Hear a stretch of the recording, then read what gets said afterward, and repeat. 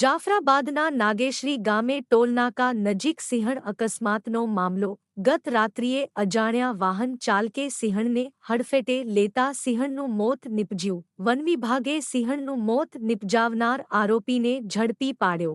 કિયા four wheeler car ચાલક વિરેન્દ્ર રાઠોડની વનવિભાગે ટીંબી ગામેથી કરી ધરપકડ. કાર ચાલક આરોપીને ઝડપી પાડી વનવિભાગે કાર્યવાહી હાથ ધરી. વિરલસિંહ ચાવડાએ ગતિ મર્યાદામાં વાહનો ચલાવવા વાહનચાલકોને કરી અપીલ. ગતરોજ એટલે કે 31 જાન્યુઆરી 2026ના રોજ અંદાજિત સાંજના 7 થી 7:30 વાગ્યાની સમયગાળામાં જાફરાબાદ રેન્જના કાર્યક્ષેત્રમાં આવતા નાગેશ્રી બીટના નાગેશ્રીના ગામે જે ભાવનગર સોમનાથ કોસ્ટલ હાઈવે પસાર થાય છે ત્યાં નાગેશ્રી ટોલ બૂથ છે એની એક્ઝેક્ટ 500 મીટરની આસપાસ એક અજાણ્યા ઇસમ દ્વારા પૂરપાટ ઝડપે વાહન ચલાવીને એક માદા સિંહણનું મૃત્યુ નિપજાવેલ. માદા સિંહણની ઉંમર અંદાજિત 5 થી 9 વર્ષ હતી. જેવો જ આ ઘટનાના સમાચાર મળે છે સ્થાનિક સ્ટાફ 10 જ મિનિટમાં ત્યાં પહોંચી જાય છે અને સીસીટીવી ફૂટેજ ટૂલ બોક્સથી લઈને ટીંબી આ વાહન ચાલક પહોંચે ત્યાં સુધીમાં એને રોકી દેવામાં આવે છે અને તેની વિધિવત અટક કરવામાં આવે છે.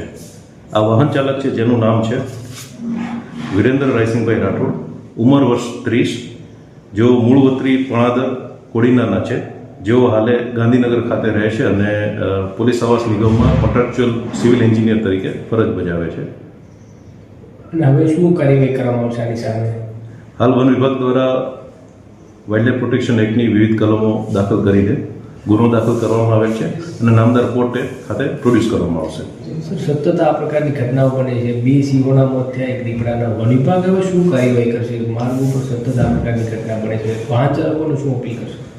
વાહન ચાલકોને ખાસ અપીલ એ જ કરવાની છે કે જ્યારે રાજુલાથી ઉના તરફ જતો રસ્તો કે જ્યાં આ લાઇન મૂવમેન્ટનો વિસ્તાર છે, વન વિભાગ દ્વારા સ્થળે સ્થળે આ બાબતના સાઇનેજ બોર્ડ પણ મૂકવામાં આવ્યા છે. અંદાજે 10 કિલોમીટરમાં 5 થી 6 જગ્યાએ સ્પીડ રિસ્ટ્રિક્શન સાથેના સાઇનેજ બોર્ડ પણ મૂકવામાં આવ્યા છે.